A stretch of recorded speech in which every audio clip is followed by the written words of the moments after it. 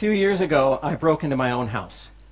I had just driven home. It was around midnight in the dead of Montreal winter. I'd been visiting my friend Jeff across town, and the thermometer on the front porch read minus 40 degrees.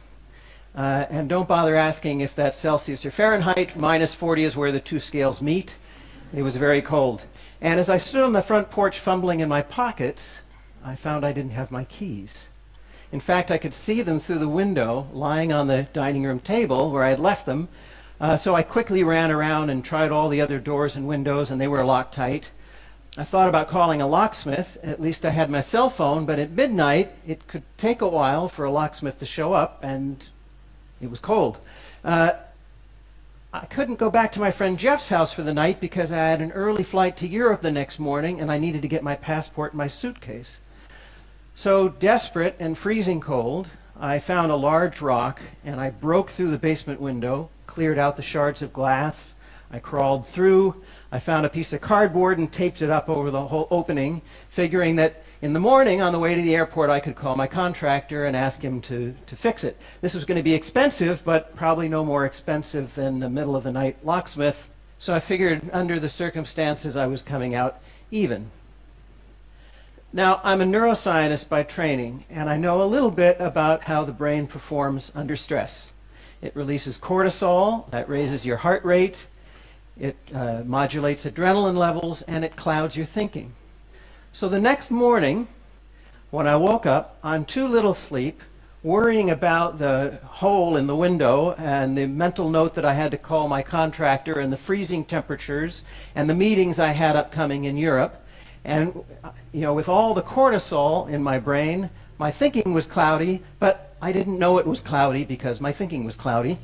And it wasn't until I got to the airport check-in counter that I realized I didn't have my passport.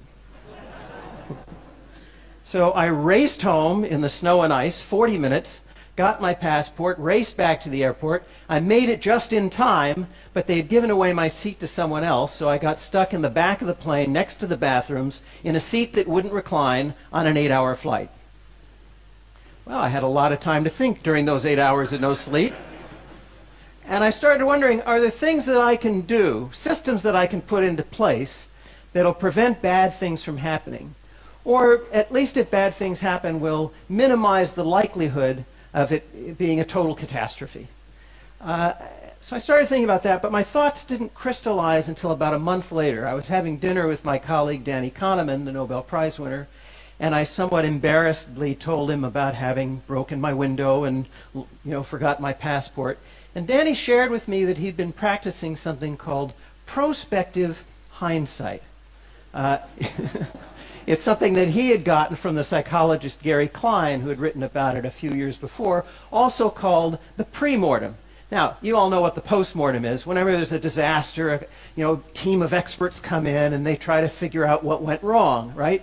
Well, in the pre-mortem, Danny explained, you look ahead and you try to figure out all the things that could go wrong, and then you try to figure out what you can do to prevent those things from happening or to minimize the damage. So what I want to talk to you about today are some of the things we can do in the form of a pre-mortem. Some of them are obvious, some of them are not so obvious. I'll start with the obvious ones. Around the home, designate a place for things that are easily lost. Now, this sounds like common sense, and it is, but there's a lot of science to back this up based on the way our spatial memory works.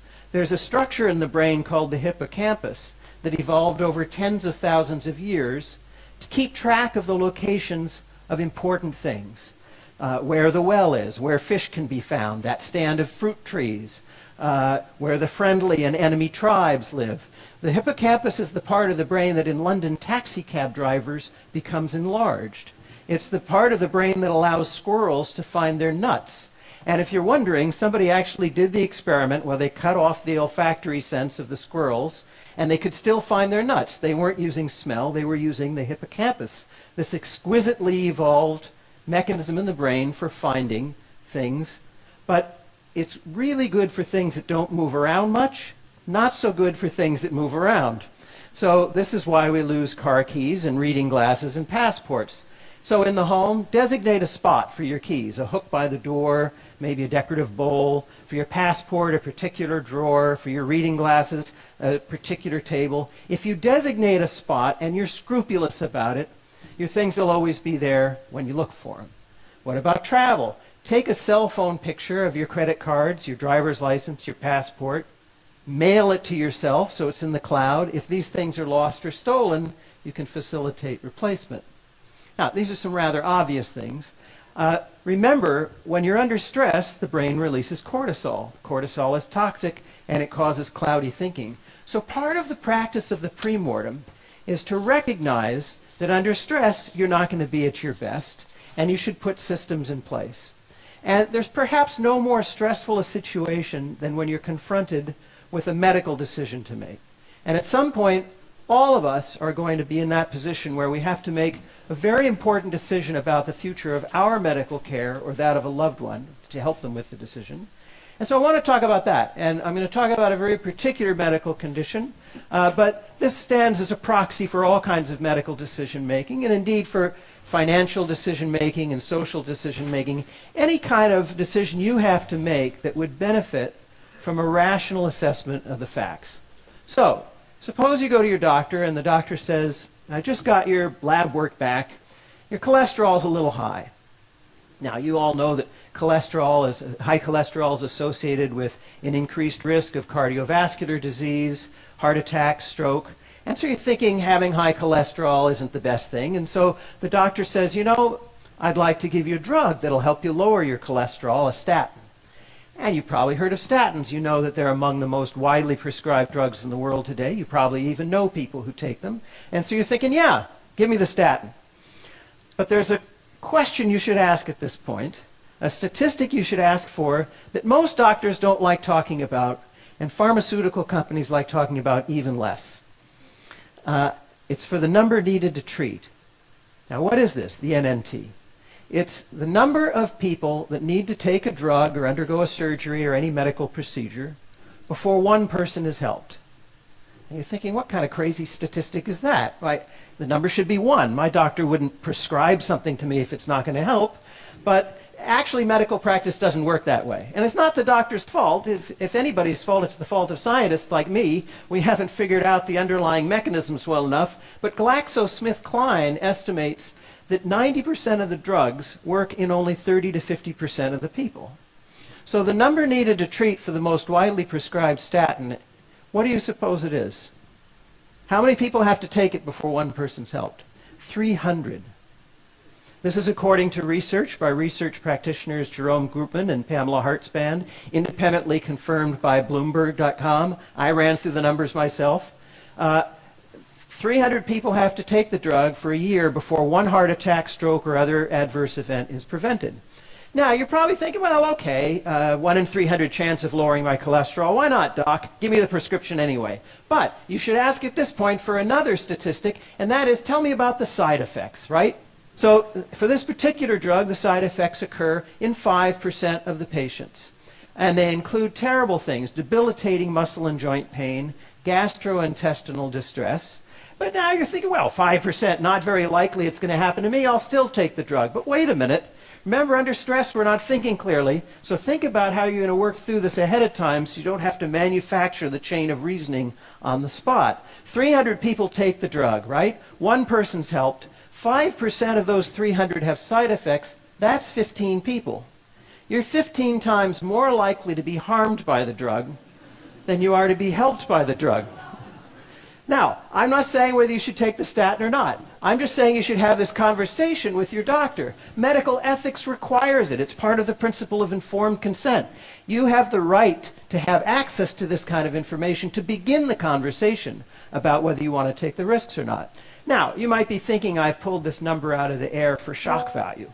But in fact, it's rather typical, this number needed to treat. For the most widely performed surgery on men over the age of 50, removal of the prostate for cancer, the number needed to treat is 49. That's right, 49 surgeries are done for every one person who's helped.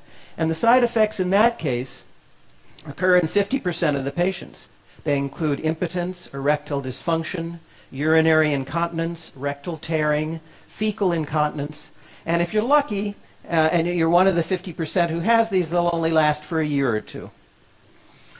So the idea of the premortem is to think ahead of time to the questions that you might be able to ask that will push the conversation forward. You don't want to have to manufacture all of this on the spot. And you also want to think about things like quality of life, because you have a choice oftentimes. Do I want a shorter life that's pain-free, or a longer life that might have a great deal of pain towards the end? These are things to talk about and think about now with your family and your loved ones. You might change your mind in the heat of the moment, but at least you're practiced with this kind of thinking. Remember, our brain under stress releases cortisol. And one of the things that happens at that moment is a whole bunch of systems shut down. There's an evolutionary reason for this. Face to face with a predator, you don't need your digestive system or your libido or your immune system, because if your body is expending metabolism on those things and you don't react quickly, you might become the lion's lunch, and then none of those things matter. Unfortunately, one of the things that goes out the window during those times of stress is rational, logical thinking, as Danny Kahneman and his colleagues have shown. So we need to train ourselves to think ahead to these kinds of situations. I think the important point here is recognizing that all of us are flawed. We all are going to fail now and then. The idea is to think ahead to what those failures might be, to put systems in place that will help minimize the damage or to prevent the bad things from happening in the first place. Getting back to that snowy night in Montreal, when I got back from my trip, I had my contractor install a combination lock next to the door with a key to the front door in it, an easy to remember combination. And I have to admit, I still have piles of mail that haven't been sorted and piles of emails that I haven't gone through. So I'm not completely organized, but I see organization as a gradual process, and I'm getting there. Thank you very much.